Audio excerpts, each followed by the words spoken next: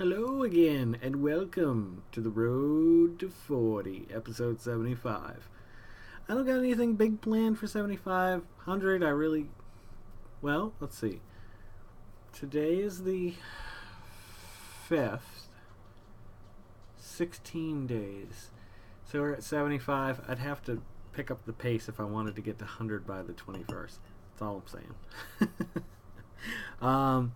Because that might be an interesting episode. I just gotta remember to charge my camera. Ooh, I added that light over there and it's doing something funky. Right here doesn't look good. Something doesn't look right. Can I just do that? It's still a little funky. That's alright. Anywho, yeah, this is the first. Well, I guess this is kind of fun. This is the first Throwback Thursday. The official one. I know I've told a million stories about my past in the past, but lately I've been focusing on what I'm doing artistically at the moment, or what happened in my world that day. That's the only downfall to this dang setup is I can't show you this stuff until I ink it because it doesn't look good. Just add me on Facebook. If you're not friends with me on Facebook, GEYCEN, I'm sure I'm one of the only ones. And you can check out 7 Star Designs, which is my company. And you can look at the art I've done through that company, for that company, with that company, so on and so forth.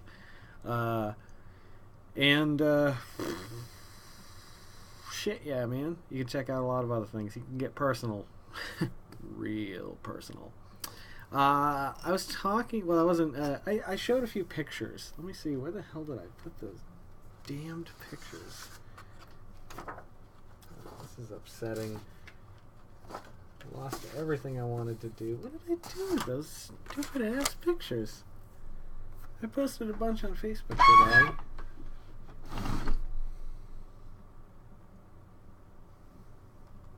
Anywho, one of those pictures, I posted one of my friend Greg Autry, one of my friend Corey Smith, Willette Smith, one of my friend Jen Melanson, McLeod's Facebook page, and I thought that would be a fun way to deal with Throwback Thursday. Not always just put a picture of myself up that's 20 years old, 30 years old, whatever.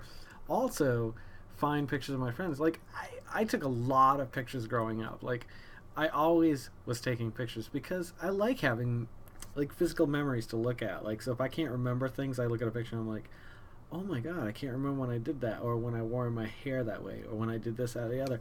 And so one of my pictures I did post was a picture of me with like no facial hair. And the reason why I really have a beard, a lot of you probably know this already.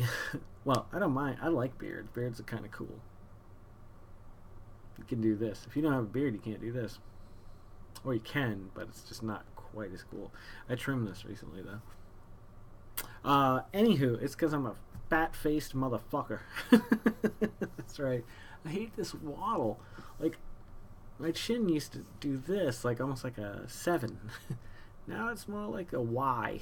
And it just drives me crazy. And I try exercising. I do. No, I don't. I guess I'm going to have to go get plastic surgery.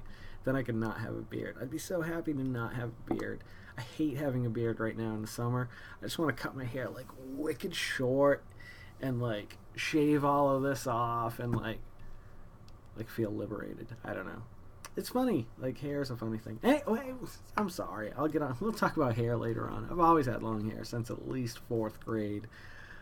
So you're going back. Oh, Jesus. Let's see. 2nd grade was 70. No, that was 82. 83, 84. So about 84. So that's what, yeah. 30 years I've had long hair. On and off, I mean. But for the most part, it's been at least shoulder length. On average. Most of the time longer than that. But I posted this photo, and I had no facial hair in it. And I said, no beards allowed, Throwback Thursday. Da-da-da-da. Hashtag TBT. Kids out there having fun. Good for you. And so my friend Paul Lorenzo commented on it because I worked at a place. I've told you guys about this before. It's called Pride, and I don't remember the name of the street. It's behind the old mall near the old bus terminal. It's a factory. It's a little gray building. And so this picture, my friend Paul noticed it and said, "Is that Pride? That was the best warehouse job I ever had." And he was right, because as much as I wasn't happy with the job towards the end or what I wanted to be doing, like, you always went home with a few stories. Like, working with, sounds terrible, and I don't mean to exploit this by any means, but working with physically or mentally challenged people, you can't help but go home with a smile on your face and some stories to tell. Like, sometimes though you're sad, it's like, I always wanted to be a supervisor for the clients there, because I saw how everybody that worked with the clients cared about production over their quality of life. They always rushed people to get the job done. They push them, and I understand, I totally understand that they're probably right, and that's what you should be doing.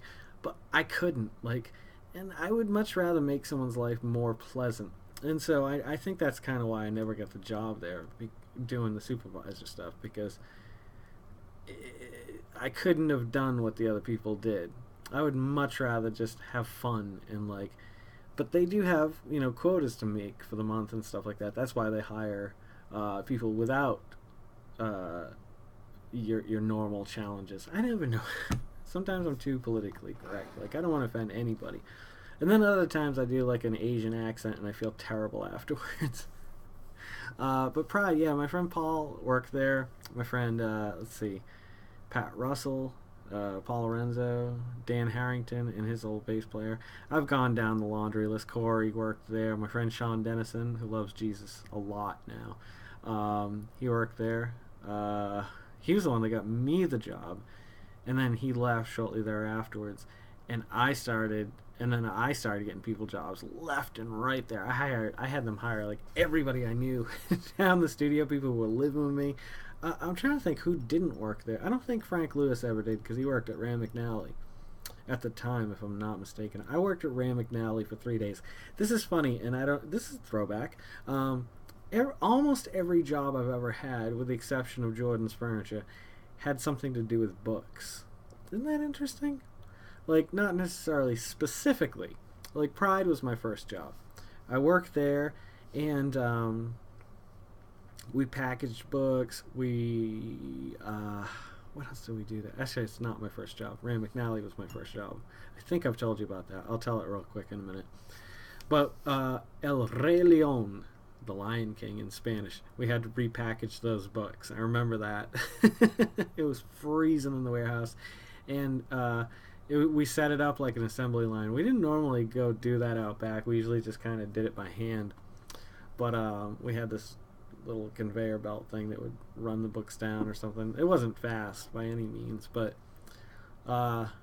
yeah. So we repackaged and shipped books from there. Ram McNally, my first job. I only worked there 3 days because they needed me to shift my work shift, from second to third or first to third or something like that. And at the time, I just started playing in a band, and I was like, you know what? I really want to focus on making music. I'm only 19 years old. I don't really need to suffer like this, because it was terrible. The first day on the job there, I think I told you about it, was a conveyor belt where I had to turn around, grab a book and a piece of cardboard, stick it in a box, turn around, grab, and just do that. So I'm twisting all day. And these other guys have been doing it for 10, 20 years, and they're just, and they're flying, and I'm like, shit, I can't do this. I can't keep up with this. I ain't built for this. So when the third day came, and they said, all right, we'll give you a call when we need you again, I was very fortunate to get the job at Pride. The problem is, like I've said with the job at Pride, we just had some interesting characters, and I'm not even talking about the clients. I can't say names, can I? Without permission. I'm not going to say his name. His first name's Tony. He was my direct supervisor about a year and a half, 2 years in, when I had already gotten used to working with this guy Dave, 2 Daves there, and I won't say last names. Obviously you know who they are if you've ever worked there, but he came on board, and I don't know what happened to him, but I don't know if he was already an alcoholic or he became an alcoholic, but he was always drinking, always coming in red in the face. And then the person I worked with in the warehouse unloading trucks, I mean, first thing in the morning. I've told you this. I'm sorry. I'm repeating this if you've already heard it. But I used to have to pick him up in the morning. He lived right across the street from me. He was a crackhead, and his wife was a crackhead, too, and they both worked there. But they were the nicest crackheads I've ever known in my entire life. And I mean that. Like, when they needed money, they'd be like, I'm running a little low this week. Do you think you can lend me $20? And they would always get you back. They were good folk. They really were. They were trustworthy when you wouldn't expect trustworthiness, especially, and no offense to them or anything like that, but their appearance gave them away pretty easily. So, as I've told you before, I was the one that ended up opening up the warehouse a lot of mornings because I'd freaking wait for them to come out in the morning. Sometimes they would take forever. Sometimes they'd be ready right on time. Sometimes they'd need to swing by to grab something on the way to work, and I'm like, but they were, but beyond that, they were great people. They were, wonderful people, nice people, like hardworking people, except for when they were hiring crack. But I ended up having to open the warehouse a lot, and I remember there was these halls of boxes. We used to do a lot of work for repackaging, like sponges, filters for fish tanks. Like it was a weird business. Like they handled bulk packaging orders. We had a heat sealer and a laminator and all kinds of blister packaging tools and stuff that you could do in the building. All kinds of work like that.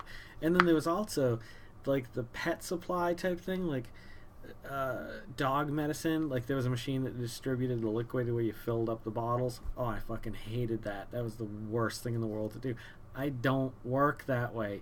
Not everybody can work the same way, and a lot of people are very disappointed, I think, sometimes when you're like, I can't do that, that's crazy. What do you mean you can't do that? You can do that. No, I wasn't built that way, baby. I was born this way. We're at 12-minute mark. That's about all I got back for you, the Throwback Thursday. Paul Lorenzo had mentioned the job, and we used to go out to the Roach Coach every morning. You could go out there and get breakfast. I used to get like a chocolate milk. Sometimes he'd be like, I'm not coming back later on, guys. And so you'd have to get lunch then and reheat it, unless you went home, which we ended up doing a lot. Because like I said, we used to pile into my Pontiac T1000. It'd be me, as many people as we could fit in the car. I'm talking like 8 people in this car. Maybe not 8, maybe like 6 or 7. But like 2 people in the front, like 4 in the back, and then like 1 person squeezed on people's laps or something. Going back and forth at lunch. I think we must have had an hour lunch because, actually, driving from where I lived back home was less than 5 minutes. It was like, take a right out of the work, take a left, and then there was pretty much there was 1 stop sign between there and home, and I was home. We'd go home and watch anime and like eat food, smoke butts. It was fun. There was a lot of camaraderie there. So yeah, for Throwback Thursday, that was a very fun time in my young life. 19, 20, 21. I think I worked there about 3 years. And I was very thankful when I got out of there, and I ended up getting a job at Stream, which was a company you did support for. I actually did support for Dragon Naturally Speaking software. But I also did support for Word and Excel through the program because those programs would work with. So needless to say, and the company was generally Microsoft support in Avon, Mass. And I never had to run into that problem, but you weren't supposed to tell people where you were. And sometimes, I guess I'd heard stories about people who get nailed, be like, where are you? Oh, I'm out in Kentucky or something, near the city. Oh my God, that's where I am too. And you're like, uh-oh. Or like, I think on the other side you were supposed to say you were from a certain location, but when that was what it was a reverse situation. Yeah, we're in this city and state. And like if you ever ran into somebody that was in that city and state, and you made a mistake in the weather or something like that. Yeah, we got like 3 feet of snow on the ground right now. We can't get out of Logan Airport. They'd be like, wait a minute, aren't I calling? Da, da, da, da. Oh, that was a stupid part of the story. I never had to deal with that, though, on my side. We actually got to go up and go to the offices of where they design and develop and support the program. It was awesome. Like, they had a cool setup. It was like an old warehouse. Like, they were on the second floor, the third floor, and the roof. So the second floor, you had all your engineering guys and developers for the software. Probably 40, 50 desks. And then they were vaulted ceilings, like 12-foot ceilings in there with all wood exposed beams. Beautiful office. Amazing computers for their time. And then the second floor, I think, was customer service and like management up there. And then the roof was just open. You could just go up there and eat lunch, or they play hacky sack up there sometimes. And like, it was awesome. It was a really cool place to actually go up and hang out there. I would like to have actually gotten a job with the company. They're still around, which I wouldn't have expected it based on the quality of what they made back in the time. Alright, we're at 16 minutes. I'm going to leave you with 2 questions, and then we're going to talk about them in the next video. Would you rather bite the curb and get kicked in the back of the head, or get a paper cut on your eyeball? I mean, this is easy for me to answer. Like, you get the cut on your eyeball. But I don't think these two are equal. We'll talk about that in the next video. This is a great book. I got this for Gwen, I think, to play with her friends. Okay. Oh, I almost feel like I should leave this for next Tuesday. Or, yeah, Tuesday, right? What's my Tuesdays?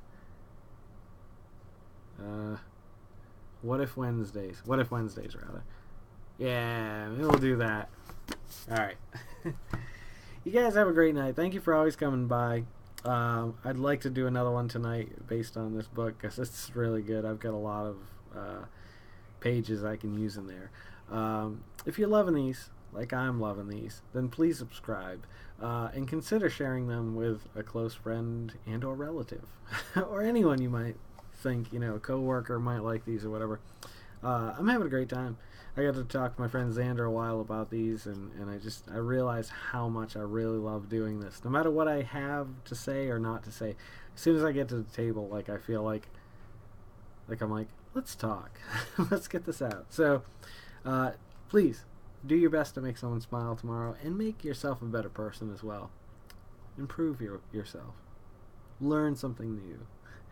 Give yourself an extra 15 minutes to just relax and not think about anything. I don't know.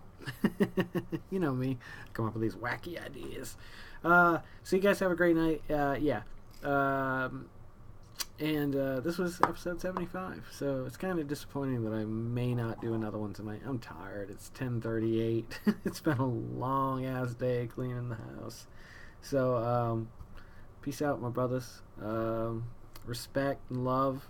Everybody take care of each other out there tomorrow. Be patient. I ran into some... Oh, I gotta tell you that story. I'll be back in a minute. Hang on.